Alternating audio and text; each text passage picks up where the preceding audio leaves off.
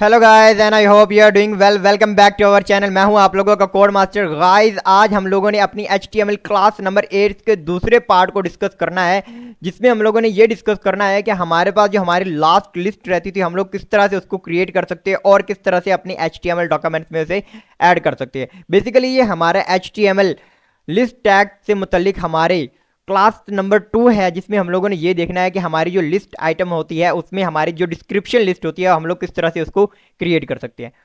हम लोगों ने अपने लास्ट लेक्चर में ये डिस्कस कर लिया था कि हमारे पास जो लिस्ट होती है वो कितने तरह की होती है। अब हम लोगों ने यहां पर डिस्कस करना है हमारे डिस्क्रिप्शन लिस्ट को। डिस्क्रिप्शन लिस्ट में हमारे पास कुछ भी नहीं है। डिस्क्रिप्शन लिस्ट में सबसे पहले हमारे पास क्या है, हमारे पास एक टैग है जिसका नाम है DL। अब DL से क्या मराद है, DL stand from description list. इसी तरह से हमारे पास आता है DT। अब DT से क्या मराद होता है, डिस्क्रिप्शन लिस्ट में जो हमारे पास टाइटल होता है, जैसे हमारे पास ये पाइथन है ना, पाइथन एक टाइटल है, उस टाइटल को यहाँ पर ऐड करने के लिए हम लोग क्या करते हैं, अपने DT का इस्तेमाल करते हैं। बिल्कुल बिल्कुल इसी तरह से हमारे पास यहाँ पर मैंने आप लोगों को लास्ट वीडियो में बताया था कि टाइटल के नीचे हमारा कुछ डेटा होता है, तो उस डेटा को ऐड करने के लिए हमारे पास क्या होता है, वहां पर हमारे पास होती है हमारी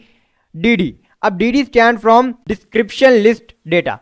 डिस्क्रिप्शन डेटा भी हम लोग इसको कह सकते हैं या डिस्क्रिप्शन लिस्ट डेटा भी इसको कह सकते हैं। तो बिल्कुल सेम इसी तरह से जिस तरह से हम लोग अपने एलाइज को ऐड करते थे वैसे ही हम लोग अपने DT को ऐड करेंगे और DT के नीचे हम लोग उसका डेटा ऐड करेंगे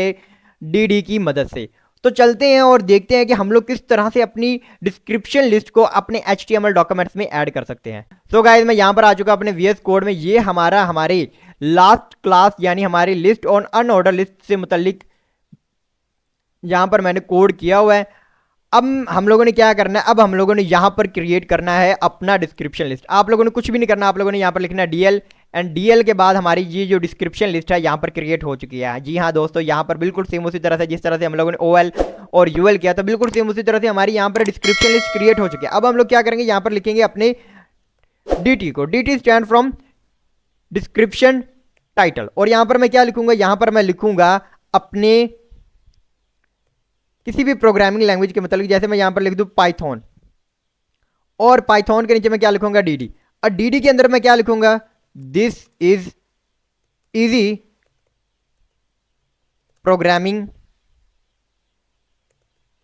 language, sorry language, and then control S save. और जैसे ही हम लोग इसको सेव करेंगे तो हमारे पास क्या होगा, हमारे पास कुछ इस तरह से करके यहां पर ये टाइटल, और टाइटल से थोड़ा सा आप लोग देख पा रहे हैं यहां पर एक स्पेस आ रही है थोड़ी सी, यहां पर ना टाइटल के बाद यहां पर हमारे पास एक स्पेस आ रही है, और स्पेस के बाद हमारा ये जो डिस्क्रिप्शन है वो यहां पर क्या हो रही है, ऐड हो रही है। बिल्कुल सेम इसी तरह से अगर हम लोग दोबारा यहां पर आते हैं और मैं इस मरतबा क्या करता हूँ, इसी दोनों चीजों को यहां से मैं क्या कर लेता हूँ, कॉपी कर लेता हूँ, एंड देन मैं इसको क्या करता हूँ, सॉरी मुझे यहाँ पर इसको गायब नहीं करना था, मैं यहाँ पर इसको पेस्ट कर देता हूँ, दोबारा से मैं इसे पेस्ट करता हूँ, और इस मरतबा मैं यहाँ पर लिखता हूँ जावा के मतलब, मैं यहाँ पर लिख देता हूँ हमारी जावा के मतलब, और यहाँ पर मैं इसको लिख लेता हूँ this is use for build app and desktop applications and control S save. And then जैसे ही हम लोग जाएंगे तो आप लोग यहाँ पर देख पा रहे हैं कि हमारी जावा से थोड़ी सी स्पेस डालने के बाद हमारे पास क्या आ रहा है, हमारी दूसरी डिस्क्रिप्शन जो है वो यहाँ पर ऐड हो रही है। आप लोग इसके साथ साथ एक और काम भी कर सकते हैं। आप लोग क्या कर सकते हैं, अगर आप लोग ये चाहते हैं ना कि आप लोगों का ये डिस्क्रिप्शन लिस्ट यानी इसके ये जो डेटा, इस डेटा के अंदर आप लोगों का कोई ना कोई यहाँ पर एक ऑर्डर लिस्ट या अनऑर्डर लिस्ट आ रही हो, तो आप इस DD के अंदर रहते हुए क्या कर सकते हैं, यहाँ पर अपनी एक अनऑर्डर लिस्ट भी क्रिएट कर सकते हो और ऑर्डर लिस्ट भी क्रिएट कर सकते हैं। अभी के लिए यहाँ पर मैं क्या करता हूँ, एक ऑर्डर लिस्ट यहाँ पर क्रिएट कर लेता हूँ ऐसे रैंडम सी 3 आइटम्स की, और यहाँ पर मैं लिख देता हूँ अपना 1, मैं यहाँ पर लिखता हूँ 1, एंड देन यहाँ पर मैं लिखूंगा क्या 2, एंड देन यहाँ पर मैं, सॉरी मुझे 2 लिखना था, मुझे यहाँ पर उसकी एंगल ब्रैकेट नहीं खत्म करनी थी, तो मैं यहाँ पर लिखूंगा 2, एंड देन यहाँ पर लिखूंगा 3, एंड देन कंट्रोल एस करके सेव करते हो। तो अब क्या होगा, अब हमारे पास इस डिस्क्रिप्शन लिस्ट के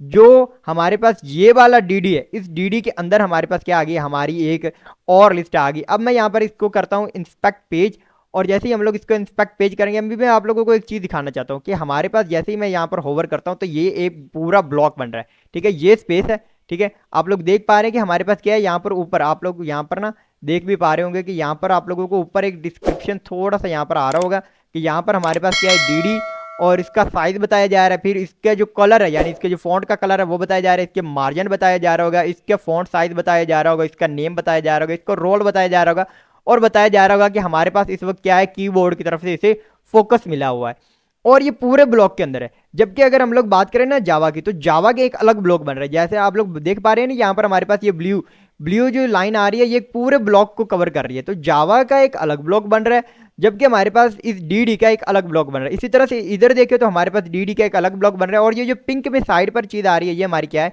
ये हमारी है ब्लैंक स्पेस। और इसी तरह से हम लोग पाइथन की बात करें तो पाइथन का एक अलग ब्लॉक बन रहा है। तो हम लोग ये भी कह सकते हैं कि हमारे पास जो हमारा डिफाइन लिस्ट यानी डीएल टैग है वो तो अपने आप में एक पूरा का पूरा ब्लॉक बनाता है, पूरा का पूरा ब्लॉक, जैसे कि मैंने ऊपर क्लिक किया तो ये पूरी की पूरी ब्लॉक को कवर कर रहा है, ठीक है। जैसे मैं यहाँ पर आता हूँ ना तो ये पूरे के पूरे ब्लॉक को कवर कर रहा है। लेकिन हमारे पास जो हमारा डी और डी ये दोनों के दोनों ही अपने आप के अंदर भी पूरे की पूरी स्पेस को कवर करते हैं, यानी ये भी हमारे पास किस तरह से काम करते हैं, पूरे ब्लॉक की तरफ काम करते हैं। अभी के लिए तो हमारा ये इनलाइन और ब्लॉक एलिमेंट्स की क्लास नहीं है, लेकिन आने वाले वक्तों में आप लोगों को ये चीज़ समझने की बहुत ज़्यादा जरूरत पड़ेगी कि हमारे पास ब्लॉक्स एलिमेंट्स कौन से होते हैं और हमारे पास जो इनलाइन एलिमेंट्स होते हैं वो कौन से होते हैं। तो आई होप गाइस कि यहाँ तक आप लोगों को समझ आई होगी कि हम लोग किस तरह से डिफाइन लिस्ट को क्रिएट कर सकते हैं, किस तरह से हम लोग